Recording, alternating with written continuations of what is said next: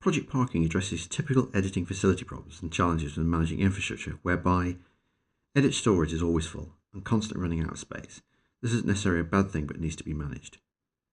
Editing storage is very expensive and for good reason, as it guarantees playback and performance, where media utilisation and frequency of use is difficult to manage.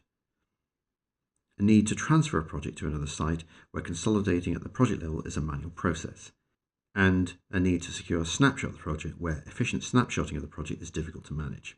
Project parking provides a process to analyse all the files and all the projects and collate a list of media references, search all media workspaces to find all media and collate a list of its key metadata, create an SQL database of these two tables and link the corresponding relationship between them, present key statistics in a format that reveals how storage is used and by what, and from statistics, select media or projects to archive, consolidate or delete. Project parking consolidates Avid media assets and non-media assets into a single project archive that can be restored in the future by either project parking or independently to project parking. This would include all relevant sequences, bins, MXF media, AMA, and non-Avid media referenced or used for the project. Project parking provides tools to take action and optimise your editing shared storage by providing the ability to archive project files or all associated media to a nearline or offline storage or archive only some bins, transfer all of the project media files to a single workspace, ensuring there is none on the local drives, sweep all media files that are not referenced by any active project to a special orphans workspace for deletion, move project files to an attic folder and move its exclusive media offline, and restore projects or project bins and media from an archive to an active workspace or restore only some bins.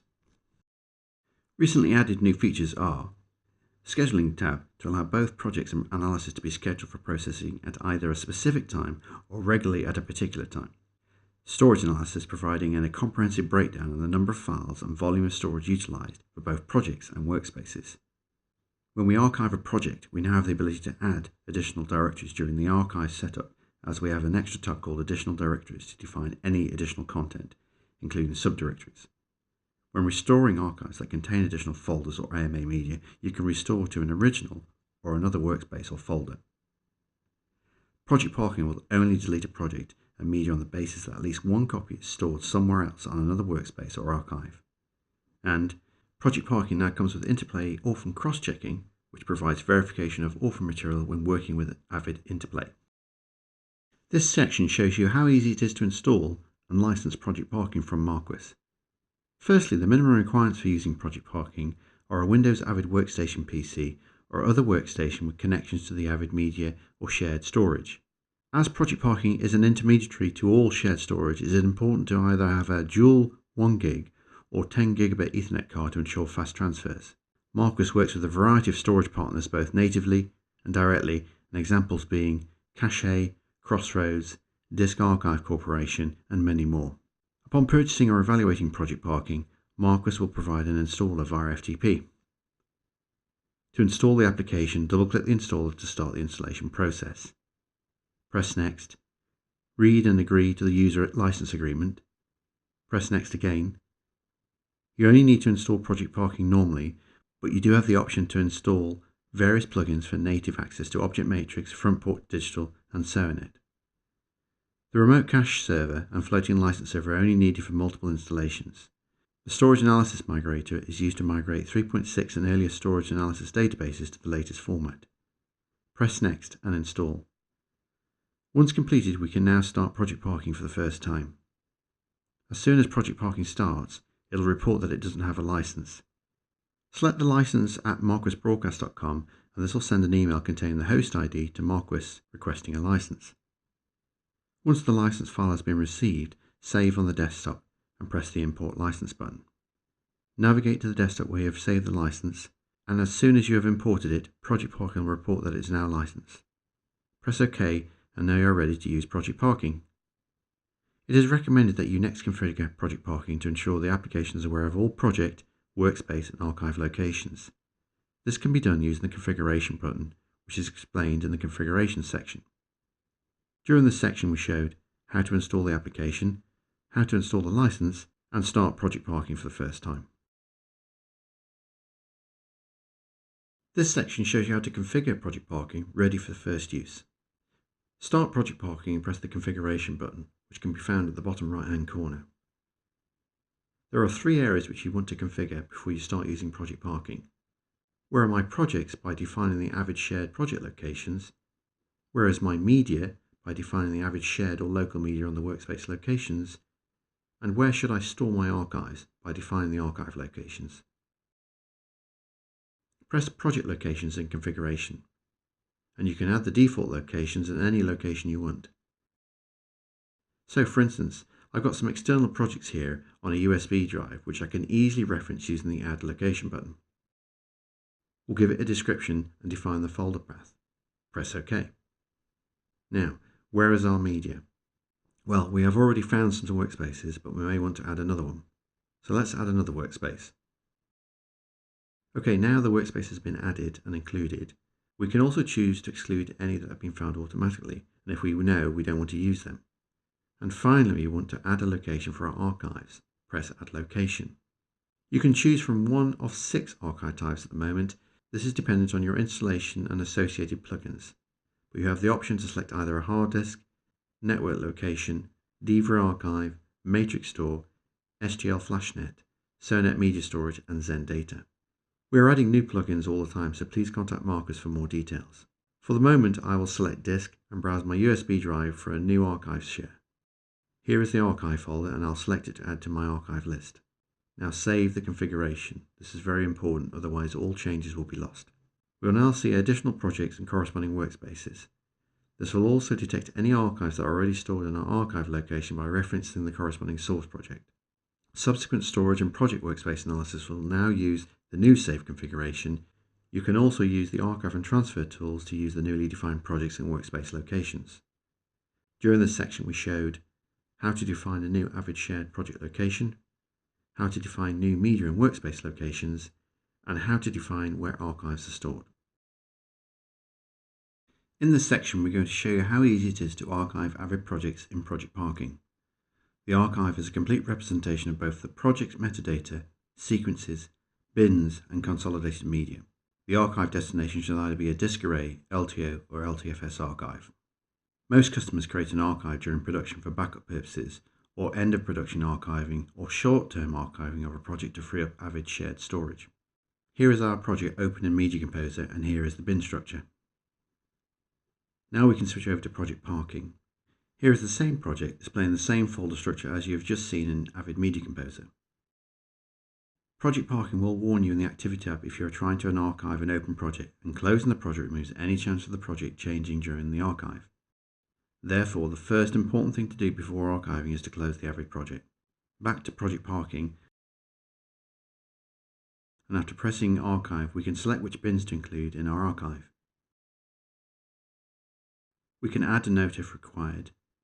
You can also set the archive to pause after the analysis. This provides a way for you to review the project analysis prior to committing to an archive. Let's select this to illustrate and press Start. We can watch the progress of the archive in the Activity tab. Once the project analysis is completed, you can review the archive report. If you are fine with the report, you can press Archive to start the archive. We will cancel this and start again without the pause after project analysis. Back to the Archive tab and deselect Pause after analysis, then press Start. We can watch the progress of an archive in the Activity tab. Here we can see the progress of each file copied across to the archive. Files that are new or changed will only be copied to the archive. Any discrepancies between the original and the copied file will be logged in the archive log. All of the project files and folders are copied across into the same folder structure. The result of the archive is a single folder which you can easily move from one place to another and can be accessed independently to project parking in the future. The archive summary can be reviewed after the archive has been completed. The archive summary highlights progress and if there have been any problems. And if we select the summary report, we can get the summary that includes the details of when the archive was created and all the archives that were included in that archive. We can also see the new archive now in the Archive and Restore tab. During this section we showed how to easily archive Avid projects and all associated media, reviewing the archive summary, and showing the new archive in the archive list. In this section, we're going to show you how easy it is to schedule an archive within Project Parking. It is highly recommended you complete a storage analysis prior to doing an archive. This also can be scheduled, and many customers schedule a storage analysis and then archive as two separate scheduled tasks. The process of scheduling both storage analysis and archive and setting frequency or time are the same. To set up a scheduled storage analysis, press Add Storage Analysis Job. I'm going to keep the storage analysis base name to the default, and the date time will also be appended to the base name. In the Schedule tab, select Weekly. You can choose to do a single schedule job or even monthly. Select all the days of the week and set the time to 2100 hours and press OK. To set up a scheduled archive, press the Scheduled Jobs tab. We know from previous experience it takes about 40 minutes to do the storage analysis. Therefore, let's set up a scheduled archive at 2200 hours every day. Press and Add Project Archive Job. Select the project you'd like to archive every day. Let's use our Extreme Sports example. Set the archive location to the archive local. You can also choose other storage devices or portable drives, or even cloud-based storage provided by SONET. You can select to include alternative resolutions if required. Most customers unselect this to reduce the size of the archive. I'm going to add a version base name called Scheduled, and date time will also be appended to the base name. In the Schedule tab, select Weekly. You can choose to do a single scheduled job or even monthly as before. Select all the days of the week and set the time to 2200 hours and press OK. If you decide that creating an archive is too frequent, you can easily edit the scheduled job. Select the job we have previously created and press Edit Job. I think it would be best if we set the archive to run on the 15th of every month at 2200 hours. Select Monthly and choose Day. Set the 15th of every month and leave the time to 2200 hours and press OK. You can also delete the scheduled jobs or even run immediately with the Run Now button.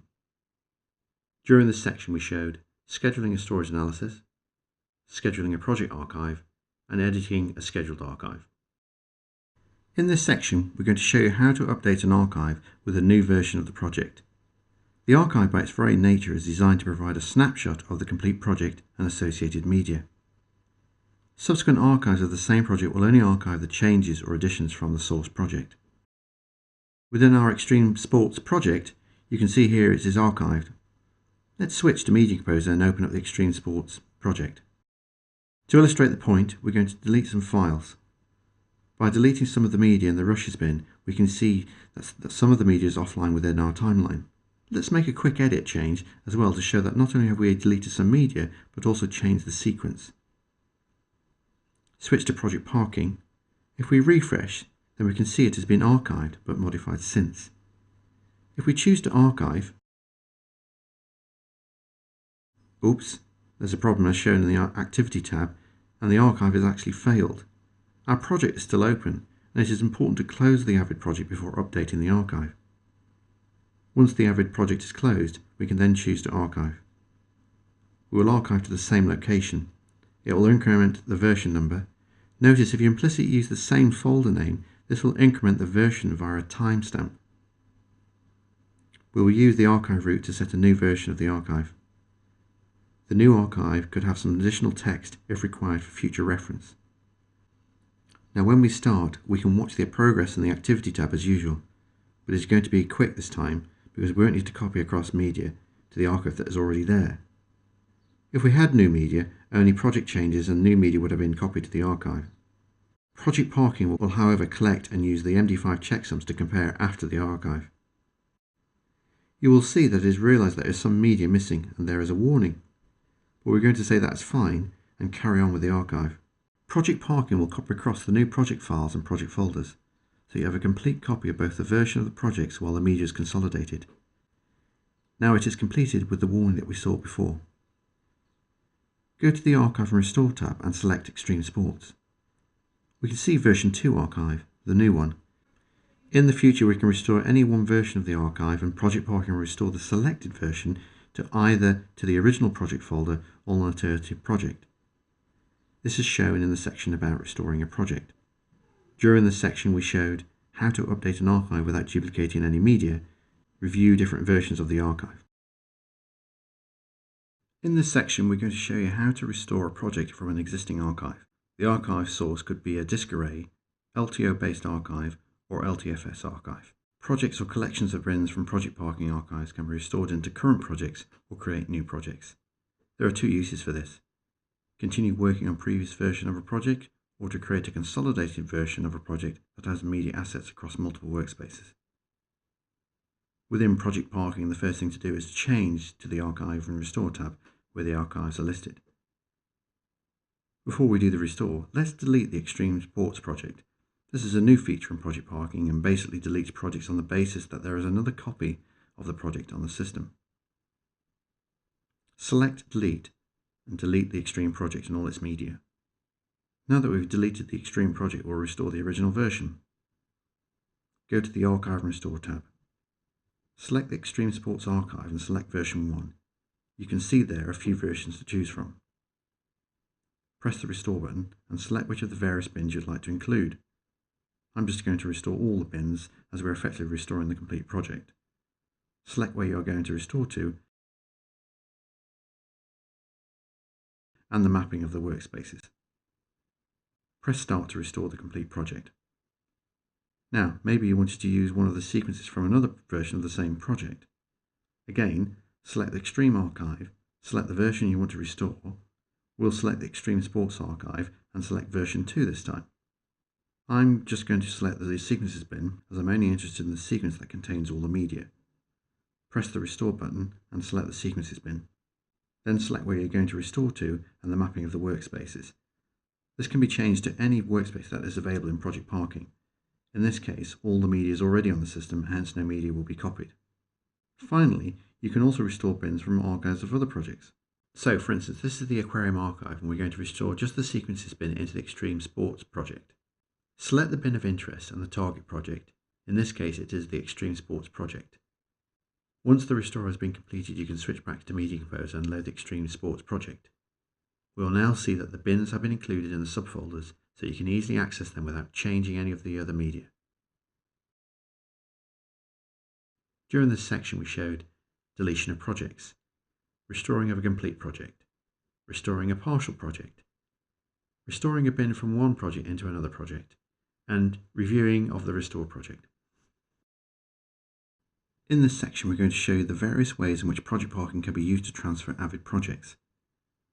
We're going to select a project here called Kite Festival and press the transfer button. Here we can choose which bins to include when transferring a project and the various transfer options. I'm going to just start copying to an external drive. Then we can select where to copy it to. We might have to add a target workspace or drive.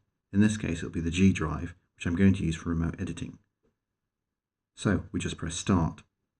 I'm also going to transfer a second project, the Aquarium project, and show that I can queue transfers in the Activity tab. While these activities are going on, I'm just going to explain the various transfer options. Copy to external drive copies project folders and media files to an external drive that can be moved to a new workstation and edited in place. Copy to a local drive copies media files to a local drive and the project files to the shared Avid projects location for editing on a standalone workstation. Copy to a workspace copies media files to one workspace and not copy the project files for sharing the project with other workstations on the same shared storage. Move to workspace moves media files to one workspace and not copy the project files for sharing the project with other workstations on the same shared storage. You have to be a bit careful when using this and ensure that the media is not referenced by other projects. And finally, reintegrating offline projects merges a project that has been edited offline into an existing project. So for instance, if we were to reintegrate this project, we'd be able to choose which project to integrate it to and which of the bins to copy back. Any media which is already in existence on the workspace won't be copied, but any new media will. Now the transfer is completed, let's have a look at where our copied project and media is. Using Windows Explorer to view the project, you can see there are two projects, Aquarium and Kite Festival. The combined media is shown in the Avid media file folder. One point to keep in mind, the key difference between transferring and archiving is transferring keeps the project alive or active, whereas an archive is not intended to actively be used and is a snapshot of a project. Please refer to the archive sections for more information. During this section we showed transferring projects with project parking, explain the different transfer operations, albeit copying, moving to other workspaces and devices, the difference between transferring and archiving. In this section, we're going to look at the structure of an archive that Project Parking creates, because it's very flexible, straightforward, and makes it easy to get at your data. We've been looking at the Extreme Sports archive. Let's bring up our browser to see what it looks like and go to where I am currently storing archives. We have 4 archives, and here is the Extreme Sports archive. Within the archive there are 2 folders, a media folder and a versions folder. Obviously the media folder will contain all the associated media and is summarized according to the original workspace name, in this case, local drive. As you drill down to the folder hierarchy, you'll come to the version folder using the Avid 123 structure type. In this archive there is only one version of the media, as it hasn't changed between versions. Whereas if we look within the project versions folder, you will see there are several versions of the Extreme Sports archive, including a scheduled archive. If we drill into version 3 and project folders, we'll see the same file bin and folder structure you'd see in Avid Media Composer. We archive an exact copy of the project with additional specific Project Parking metadata. So you can see it is very easy to get at your data, media, and restore yourself if you don't have access to Project Parking. Manual restoring of the project can be received by copying both the project version contained in the versions folder to the shared or private Avid project folder, and the corresponding media contained in the local or workspace media folder. When copying a project media in this manner, there is a chance you'll be copying redundant or non-used media associated with the version of the project you have copied, which will use up storage space and take longer to copy the project. Therefore, it is recommended you use Project Parking to restore the project, as only the media that is specific to the restored project is copied. Project Parking will also restore media to the original workspace, or provides the ability to restore to alternative workspace and relinks any AMA media. During this section we showed the structure of an archive and how you can manually restore an archive independent to Project Parking. In this section we're going to look at how to create an analysis of your Avid media storage. Storage analysis provides a comprehensive breakdown on the number of files, the volume of storage utilised for both projects and workspaces. Project and workspace analysis cannot be completed until the storage analysis has been completed or loaded. The Manage Storage Analysis button is here at the bottom, and this will show a dialog to create and manage storage analysis. Press Create to create a storage analysis stamped with today's date. Project Parking will then analyse all projects and workspaces and cross-check all media to determine unique, duplicate and potentially orphan files.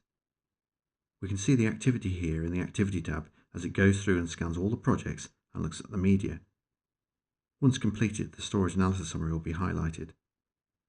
Because I don't have very much on my laptop, I'm going to load a more complex one that was created at a bigger facility. Select Manage Storage Analysis and load the storage analysis post-production. Once this is loaded, you'll be presented with a new storage analysis summary. You'll notice in this example there is nearly 400 projects and 200 workspaces with a total utilised capacity of 43 terabytes. We use the storage analysis to highlight the number and volume of unique files, duplicate files, and orphan media. We are particularly interested in the duplicate and orphan files, as we can reference and delete or sweep in the corresponding workspace analysis.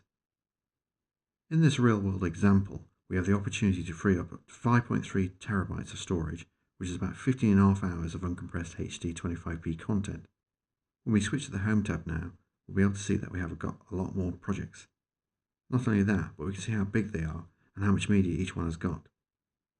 Let's sort by size and determine which is the largest project. We can then subsequently analyse the project and determine if there are any duplicate files associated with that project. In this case, it is Project 21 with 4.5 terabytes of media. We can do a similar sort with the workspace list, where the largest workspace is workspace 163 at 3.84 terabytes. Going back to the project, we can switch to the Project Analysis tab by selecting a project and pressing the Project Analysis button. This gives us an outline which projects and media are used by the project. Files by age, in this case they are quite old, any duplicates detected in any of the associated workspaces, and the number of offline files and last known workspace location. Pressing the Workspace Analysis will then show an analysis on a single workspace and list all the corresponding projects that store media on that workspace. Again, we can see the number of files by age, duplicate files and orphan files. Removing duplicates and sweeping orphans is shown in 2 other sections titled Removing Duplicates and Sweeping Orphans. During this section we showed Manage Storage Analysis, Creating Storage Analysis, Reviewing the Storage Analysis Summary, and using the storage analysis for project and workspace analysis. In this section, we're going to show you how to remove duplicate files. This is media that is taking up space that you could recover. The third thing to do is to make sure that all the projects are listed in the project tree and all the workspaces are listed in the workspace list. If they're not, or if your analysis is out of date, then you'll end up removing files which are needed by other projects. To remove the risk, it is recommended you do a storage analysis prior to removing duplicate media. Select Manage Storage Analysis, define a name, and press Create. Select the workspace of interest, and as with the project list, you can sort by workspace size to focus on the largest workspace. Once the workspace is selected, process workspace analysis. Notice you have a list of projects that are using the selected workspace. You can also see files by age of all files on the workspace. A list of duplicate files and media in the bottom left-hand corner, and a list of detected orphan media stored and potentially wasting workspace storage. We're going to deal with the duplicate situation in this section. To remove duplicates, simply press to remove duplicates. We are presented with two options. Remove from this workspace but retain in other workspaces, and keep on this workspace but remove on the other workspaces. MD5 checksum comparison can be used to determine only duplicate files that match the MD5 checksum. Select Keep on this workspace, remove on other workspaces and press Start. Go to the Activity tab and you'll see there is a notification in the Progress section. For more detailed information and a complete history of all the progress, press Show History. At the bottom of the history is our last deleted duplicates operation. After deleting duplicates, it is recommended you do another storage analysis to reflect the changes. Project Parking won't show any changes until a new storage analysis has been completed. During this section we showed checking and resetting storage analysis, workspace and duplicate files, methods for removing duplicate files, and removing duplicates. In this section we're going to show you how to sweep and remove orphan files. This is media that is taking up space that you could recover. This shouldn't be confused with the sweeping of project and media function on the home page, as this is designed to make the project and associated media offline. What are orphans, or what is orphan media? Simply, orphan media is media that is not referenced by any project within the workspace. This can happen when you delete projects without deleting the media. We don't necessarily delete orphans, we sweep orphans to another location for future reference if required. Hence, first thing to do is set up a sweeping location in the configuration dialog, and press the General tab and then press the Browse button in the Sweep Locations area to define the location projects are taken offline. Define the location and press OK. Set the workspace to where the orphan files will be moved to and they are swept off the edit storage. This is the workspace used to sweep media just in case they need to be used in the future. Usually more cost-effective storage is used and for a limited period of time before independent deletion. The next thing to do is to make sure that all of the projects are listed in the project tree and all of your workspaces are listed in the workspace list. If they're not, or if your analysis is out of date, then you may end up removing files which are needed by other projects. Select the workspace of interest, and as the project list you can sort by workspace size to focus on the largest workspace. Once the workspace is selected, process workspace analysis. Notice you have a list of projects that are using the selected workspace, the files by age of all files on the workspace, a list of duplicate files and media, and the list of detected orphan media stored and potentially wasting workspace storage. There are several ways to select the orphan files: mark all, mark by age, and manual selection. It is quite likely you want to remove them by age. So, for instance, we want to remove just those that are 3 months old. To illustrate, we'll mark all the files that are more than 90 days old. And then we press Sweep Orphans. There is a very clear warning here. You need to choose the workspace that we're going to sweep to, and whether they'll be written as shared media. When we press Sweep, the media files are copied to the workspace, and then an MD5 checksum is done to ensure that they are a perfect copy and they are finally deleted from the source workspace. Note this screen won't update to show the orphans are now removed, and you'll need to do a new storage analysis to update that. Duplicates are slightly different. You need to choose whether to remove the duplicate files from the workspace or keep them on the workspace, and remove them from other workspaces as discussed in the section Removing Duplicates. During this section we showed setting up sweeping location and workspace, reviewing storage analysis, marking orphan files, and sweeping marked orphans. In this section we're going to quickly go through deleting of projects and media. Historically, the philosophy of project parking was never to delete, only to copy, move, or archive projects. This philosophy was based on the principle that after storage analysis, project parking is always aware of at least one copy of the media in the project. This approach has been extended in relation to deleting your projects. Project parking will only delete a project and media on the basis that at least one copy is stored somewhere else on another workspace or archive. Secondly, the deletion process does a cross-check with files to make sure that they're in the latest archive location. There are two levels of cross-check: partial verification and full verification. To show this, let's delete our extreme sports project. The delete dialog presents two different options: 1. Full verification, and 2. Partial verification. Full verification will ensure that not only is the file present in the latest archive location, but is also a perfect copy of the file that's about to be deleted. Partial verification only ensures that files are present on the latest archive. This is much faster and will be based on file name, size, and timestamp, whereas the full verification does a full MD5 checksum of both the file to be deleted in comparison with the equivalent copy. We'll select partial for speed. During the deletion, you can include alternative resolutions, which will delete all resolutions of the media. And for cross-checking during delete, we can include a pause after each stage.